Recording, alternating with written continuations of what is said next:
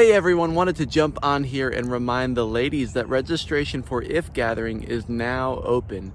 March 26th and 27th is the annual IF Gathering. We are so excited about it.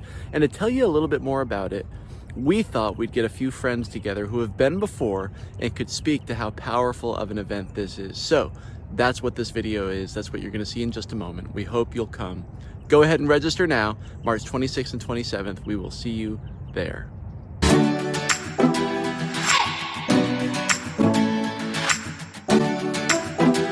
My name is Obia Alverson. I've been at the church for about 20 years now, doing children's ministry to marriage, and now my heart is with the ladies. My name is Ella Neugebauer and I am 19. I've been at the church since I moved here 6 years ago. I'm in school right now studying digital arts. I'm a photographer, just trying to figure out what's next in life. My name is Claire Adair, and I've been coming to Seacoast for about 18 years, I think at least. I do have 4 daughters and I have 8 grandchildren. I've really found that this church has really ministered to me. It's brought me through a lot.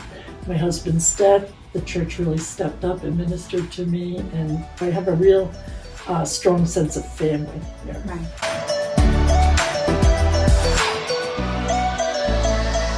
I just love this time of getting together and doing this conference because I think it's very encouraging for women and we learn so much truth. I just love it. I love IF because it's just a place where women of all ages and walks of life come together, and it's a beautiful thing to be able to learn from each other and get wisdom from the women speaking, but also the women that we're in conversation with. So many women of different ages come together. That's really the heart of it. And it's to have a time in our church to have our own conference, all the resources provided, and then the best part about it is a small group that we meet and have our tables of 6 women together, and you're with them for 2 days, so you get to know each other really well, and then you listen to the speakers and then actually connect with what they've said in a smaller group setting. I've been to conferences before, just different things, but I just love being able to have that time to just kind of step away from life for a little bit, as well as just like growing in what the Lord has for me personally, and then just seeing that for other people. And so just hearing that it was a women's conference and it's all just about kind of unity, and that just excited me, and I just love to be a part of it. So I've moved a lot and I've gone to a lot of different churches and everything, so I was really looking for an opportunity to really connect with people, and I wanted an ability to connect with people of all ages, not just my own age group. So I found that when you invited me to it, I was like, oh, what is it? But I think what was the most important thing was the sense of hospitality, of sitting around the table and sitting across from people, next to people, other women, and just sharing, our lives and sharing the experience of going through IF together. That meant so much to me, that sense of hospitality. Right. And see, when the reason why I started to do the IF Gathering was because I realized in just a phase of season of life that I was in, it's like every season that you go through, God can use you regardless of what that looks like. Whether you're a college student or a mom or married, single, everything, grandmother. So that's really what made it for me, is because I just feel like women need to know He still has a plan for them regardless of where they are in life, and that needs to be spoken, truth needs to be spoken to them. And this is one of the ways that the speakers do that and the women around.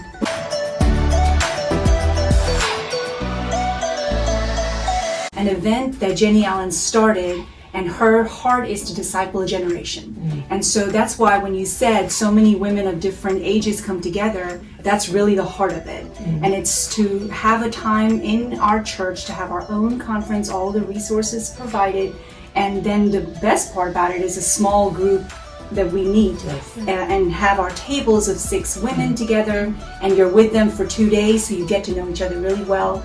And then you listen to the speakers and then actually connect with what they've said in a smaller group setting. The reason why I started to do the IF Gathering was because I realized in the part, just a phase of season of life that I was in. It's like every season that you go through, God can use you, regardless of what that looks like. Whether you're a college student, student or a mom, or married, single, everything, grandmother. So that's really what made it for me, is because I just feel like women need to know He still has a plan for them, regardless of where they are in life, and that needs to be spoken. Truth needs to be spoken to them, and this is one of the ways that the speakers do that, and the women around.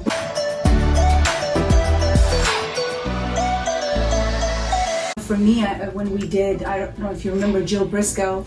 She made us, you remember her, she had us put our feet to the floor with a poster and outline our feet and write in everything every place we are in life where we can have ministry. So it was like filled with everyone putting down every step they take and where they take it during the day, and recognizing that is where our ministry lies, in between our 2 feet.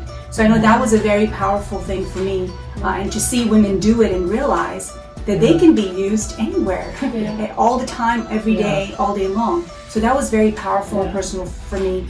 Another person experience is, there was a lady there who was dealing with anxiety and, just mental health, and she realized that she wasn't alone, and that they talk about it. There's no subject that's, cannot be put on the table to discuss, because it's life.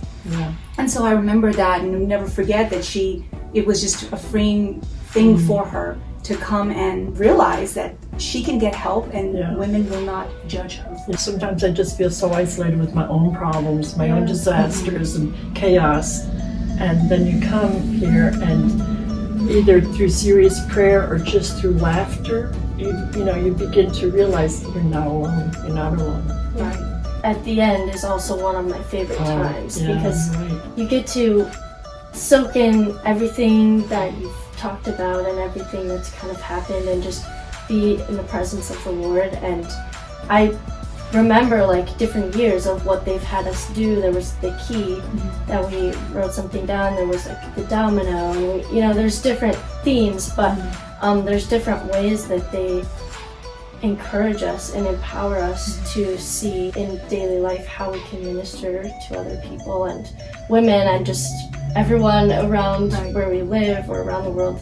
And so just for me, that time every year has been very special, because it's just encouraging, and it just makes me think about what I can do in the daily life, just to spread His love and His word. And I know that is, I think, for everyone, whether you need prayer for something, or whether you just have to get on your knees and surrender, at the altar. It's just a very special moment. I think that's one of the things it does. It brings it down to practical tools, to use, or to bring it home to you, like drawing your feet on the poster.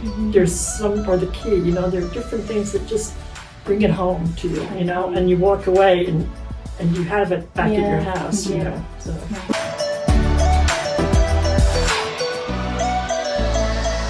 My prayer is for just a refocus for everyone who's coming for the conference next week. So what is your prayer? My prayer is really what Jenny was talking about, what she wants is unity, just to really bring that home, because there's, I think, with a lot of the struggles through the past year, that's one thing that has really torn people apart, and even away from God and His ways, because it's so hard with all of the opinions, and being able to stand firm in your faith, I think, is really hard. And so having us all come together and be courageous in that, I think, is really important. And I just pray that there's just a empowerment just to be firm and strong, and feel that sense of not being alone in that, because I think it's hard to feel like you're the only person. We are similar in at least one way, and so I think that's that would be my prayer. I just really feel that this is going to be such an opportunity to just be able to become friends, We're not just church members. We need to be friends, and we need to support each other. Right. And that's what we're going to do. Well, I'm excited. I know that the theme this year is even if, and that is a hard one because it says even if we lose it all, we don't lose hope in Christ. Yeah. And so that focus, I think, is going to be so important. And like you said, we're excited to get the women we don't know to be there and just have a time of great worship, great fellowship, Yeah. and great connection. So thank you, ladies, for doing this.